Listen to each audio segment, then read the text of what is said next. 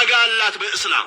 ከእስላም ውጭ ያሉ ሰዎች ጊዜ ማለት ወርቅ ነው ብሎ ቢሉትም እስላም ደግሞ ከዛ በላይ ቦታ አለው። ዛሬ የአላህን ቃል ካልቀራን በልጅነታችን አይናችን ሲደክም የአላህን ቃል መቅራት አልችልም።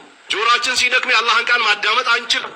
እግራችን ሲደክም የአላህን ቃል ለመቅራት የነቢዩን አለይሂ ሰላቱ ወሰላም ሐዲስ ለመቅራት መሄድ አንችልም። እድሜያችን ሲሄድ የተለያዩ በሽታዎች ይመጣሉ፣ ድክመቶች ይመጣሉ። የአላህን ቃል በስነ ስርዓት ማንሳት አንችልም። እስላምን መጠበቅ አንችልም። ሙስሊሞችን መጠበቅ አንችልም። ሽርክን ማውገዝ አንችልም። ተውሂድን ማንገስ አንችልም። የምንችለው በልጅነት እውቀት ካነሳን ብቻና ብቻ ነው። ስንትና ስንት ወላጆቻችን አሉ ስለ ሰላት አሰጋገዱ እንኳን ሳያውቁ 80 ዓመትና 85 ዓመት መስጊድ አወሰፍ እያሳለፉ ስለ ፋቲሃ እንኳን ቢጠየቁ ምንም አይነት ምላሽ የማይሰጡ፣ ስለ ላኢላሃ ኢለላህ ሲጠየቁ ላኢላሃ ኢለላህ ምን እንደሆነ የማያውቁ፣ ስለ አላህና ስለ ነብዩ ደረጃ ቢጠየቁ የአላህና የነብዩን ደረጃ ለይቶ የማያውቁ፣ የነብዩን አለይሂ ሰላቱ ወሰላም ዘሩ እንኳን እስከ 2 እና እስከ 3 ቆጥሮ ማይለዩ፣ የአላህን ሐቅና የነብዩን ሐቅ ወይም ደግሞ የአላህና የባሪያዎቹን ሐቅ ለይቶ የማያውቁ ስንትና ስንት ወዳጆቻችን አሉ። ከዚህ እምነታቸው ግን ኮልፌ ወስደን እንቀብራቸዋለን። ይሄ ትልቅ ጸያፍ የሆነ ነገር ነው። በዱንያ ክሳራ ወይንም ደግሞ በዱንያ አሉባልታ ወይ በዱንያ ቂለ ወቃል የሚተካ ነገር አይደለም። የቂያማ ቀን ትልቅ እንደም ያለው ነገር ነው። በተለይ ወጣቶች አደራ ምናችሁ እውቀት አንሱ፣ ቁርአንን ቅሩ፣ ሐዲስን ቅሩ፣ መስጂድን ጠብቁ፣ መድረሳን ጠብቁ። የሙስሊሙ ማህበረሰብ የተለያየ አካላት እየተቆራመተው ነው፣ ወደ ኩፍር እየወሰደው ነው። ወደ ኩፍር እንዳይጠብቁ፣ ወደ ቢድዓ እንዳይጠብቁ፣ ወደ ሽርክ እንዳይጠብቁ። ይሄን ማንጠብቀውን እኛ ወጣቶች እስላም እየተዳከመ ይሄዳል፣ እየተዳከመ እንዳለው ማለት ነው። ስለ እድሜው ይጠየቃል። ፊማ አፍናሁ አሉ ነብዩ አለይሂ ሰላቱ ሰላም። በምን እንዳባከነው በምንድን ነው የጨረሰው? ቲክቶክ በማየት ካፌ ገብቶ ቁጭ ብሎ ማኪያቶ እየጠጡ ሴቶችን እያስወጡ እያስገቡ በማየት ወይ መርካቶ ገብቶ የተለያየ ገበያ ቦታዎች ላይ ተሰማርቶ በንግድ ነው። በምንድን ነው ያሳለፍከው? ሂሳብ ይደረጋል የቂያማ ቀን። ለዛች ሂሳብ ምንድን ነው ያዘጋጀ ነው? ዛሬ ነጋዴዎች ዛሬውኑ ንግድ ፍቃድ አውጥቶ ትንሽዬ እንኳን ኪዮክስ ቢከፍቱ ሱቅ ቢከፍቱ ወይ የሆነ ቢዝነስ ላይ ቢገቡ የዛሬ ወር ወይ የዛሬ 2 ወር ወይ የዛሬ 3 ወር ወይ የዛሬ 4 ወር 5 ወር 6 ወር ካለፈ አመት ላይ መንግስት ለኦዲት እንደሚፈልጋቸው አውቆ አስቦበት ይሰራሉ። ለዚህ ቅርቢቷ ዱንያ ለቂያማ ቀን ምንድነው ያዘጋጀ ነው? ለረጅሙ ሀገር ለቀብር ምንድነው ያዘጋጀ ነው? ለረጅሟ መኖሪያ ቤት። ለበርዘኹ ዓለም ምንድነው ያዘጋጀ ነው? ለረጅሟ ጊዜ። ይሄን ዋና ሂሳብ ማድረግ ያለብን። ስለዚህ በምን እንዳባከነውና በምን እንዳሳለፈው ይጠየቃል፣ ትጠየቃለች። ማይቀር ነው ይሄ። አላህ ዝም ብሎ አይደለም የፈጠረን። ወማ ኸለቅቱል ጂነ ወልኢንሰ ኢላ ሊያዕቡዱን ወማ ኸለቅቱል ጂነ ወልኢንሰ ኢላ ሊያዕቡዱን አለ አላህ። ሰዎችንም ይሁን አጋንንትን አልፈጠርኩም። የፈጠርኩበት ዓላማ አንድና አንድ ብቻ ነው። ምንድን ነው? ዒባዳን 100% 99ም ሳይሆን 100% ለአላህ አድርጎ ከአላህ ውጭ የሚመለኩ አካላቶችን ጥሎ እኔን እንዲያመልኩኝ ብቻ ነው የመጀመሪያው ዓላማ የተፈጠሩበት ይላል። ሌላው ነገር ለዚህ እገዛ የተፈጠረ ነው። አላህ ለባሪያዎቹ ምድር ላይ በሚኖሩበት ሰዓት ኢባዳ በሚያደርጉበት ሰዓት ወደሚቀጥለው ሀገር ለመሸጋገር በሚሰሩት ስራ እገዛ እንድናገኝበት የተደረገ እንጂ መሰረታዊ የሆነ ነጥብ አይደለም። ቤት ሰራህም ተከራይህም በረንዳም አደርክ በጉዞም ጨረስከው ሰው ቤት ተቀጥረም ጨረስከው ራስም ቀጠርክ ባለስልጣንም ሆንክ ባለስልጣን ስርም ሆንክ ነገ እቺ ካንተ ጋር ያለችዋ ነፍስህ ታመልጥና ጀሰድ በሰው እጅ ውስጥ ይገባል። ገላህን እንደፈለጉ ያደርጉታል ወይም ደግሞ እንደፈለጉ ይገለባብጡዋል። የፈለከበት ቦታ ላይ ሳትሆን ያልፈለከበት ጉድጓድ ውስጥም ትገባለህ። ይሄን አስቦ መዘጋጀት የሙእሚኖች ባህሪ ነው፣ ወይንም ደግሞ ወደ እስላም ፊታቸውን ያዞሩ ወጣቶች ባህሪ ነው። ስለዚህ ይጠየቃል አሉ። ዋን ሸባቢሂ ያሉ ነብዩ ሰለላሁ ዐለይሂ ወሰለም ለወጣትነቱ ወጣትነት ዋጋ አላት። በእስላም ወጣትነት ቦታ አላት። ወጣትነትን በዝሙት በተለያየ ነገር አጨማልቆ ጨርሶ መጨረሻ ላይ ነው መመለስ።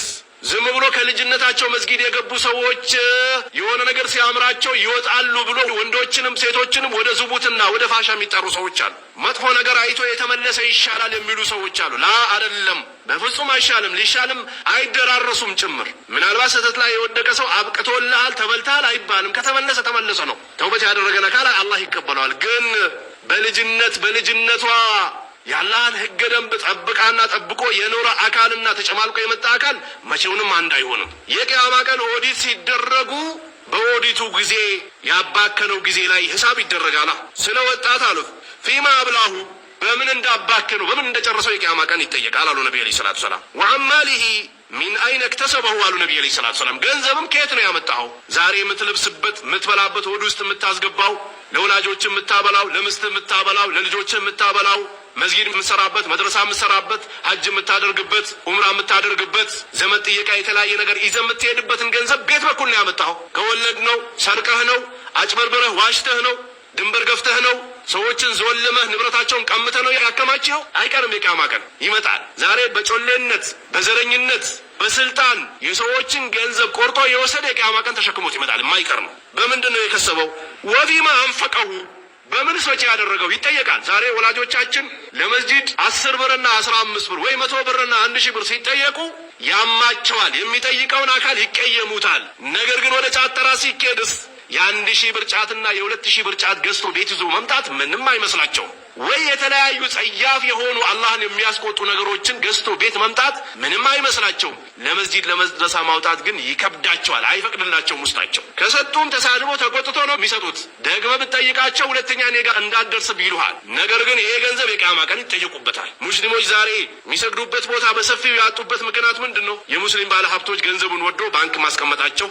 ሙስሊሞች ዛሬ የሚታከሙበት አጥቶ ከእስላም ውጭ ያሉ ሰዎች እናሳክማለን ብሎ ወስዶ የሚያከፍሯቸው ለምንድን ነው? የሙስሊም ባለሀብቶች ዘካን በስነ ስርዓት ያለማውጣታቸው። የሙስሊም ታማሚዎች የሚታከሙበት አጥቶ ካንሰር ሲይዛቸው ወይ ጉበታቸው ችግር ሲደርስበት ሌላ አካል በዛ ቀዳዳ ገብቶ ቢያከፍራቸው በምን ምክንያት ነው? የሙስሊም ባለሀብቶች ለሙስሊሙ ባለመድረሳቸው ብቻና ብቻ። የቂያማ ቀን ይጠየቅበታል ሁሉ።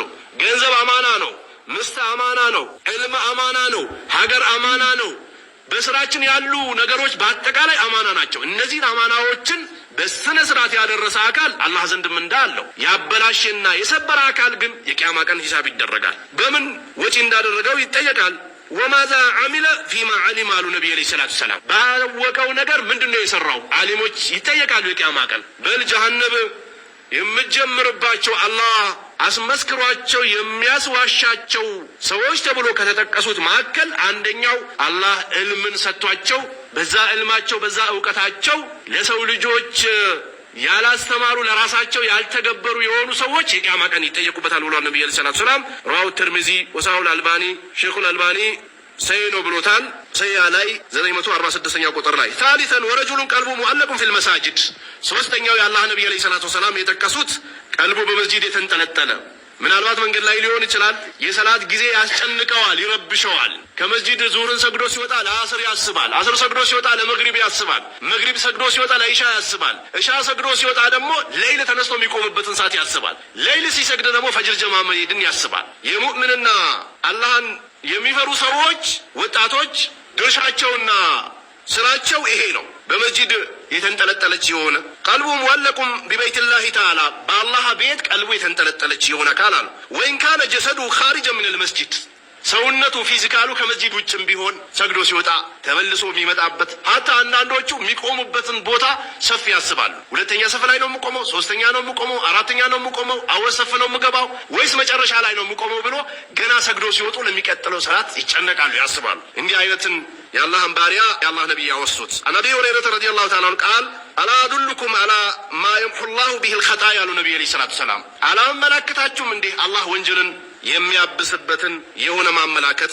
ወየርፈ ላሁ ቢሂ ደረጃ አላህ ደግሞ ደረጃን ከፍ የሚያደርግበት። ቃሉ በላ ያ ረሱላላህ፣ አዎ እንዲህ የአላህ መልእክተኛ ንገሩን እንጂ አሏቸው። ቃለ ኢስባጉል ውዱእን በስነ ስርዓት አሟልቶ ማድረግ አሉ ነቢይ ዓለይሂ ሰላቱ ወሰላም። አለል መካሪህ አሉ። ክፍለ ሀገር ብትሄዱ ይሄ ሐዲስ በደንብ ይገባቸዋል። አዲስ አበባ ወይም ደግሞ አዲስ አበባ ዙሪያ ላይ ያሉ ሰዎች ውሃ እንኳን ማሞቂያ ባይኖራቸው ውሃው በራሱ ሞቅ ያለና ውዱ ለማድረግ የማይከብድ ገላን ለመታጠብ የማይከብድ ነው። ወደ ክፍለ ሀገር ብትሄዱ ግን ውሃዎች መንገድ ላይ እየሄዱ ነው የሚያድሩትና በረዶ ናቸው። በእንዲህ አይነት ሁኔታ በእንዲህ አይነት ሰዓት በችግር ሰዓት ውዱን አስተካክሎ ያደረገ አካል አሉ። ይሄ አንደኛው ደረጃ ከፍ የሚያደርግ ነው። ወከፈቱል ኹጣ አሉ ነብዩ አለይሂ ሰላቱ ሰላም፣ እርምጃን ማብዛት ነው። ኢለል መሳጅድ አሉ ነብዩ አለይሂ ሰላቱ ሰላም፣ ወደ መስጂዶች መመላለስን ማብዛት።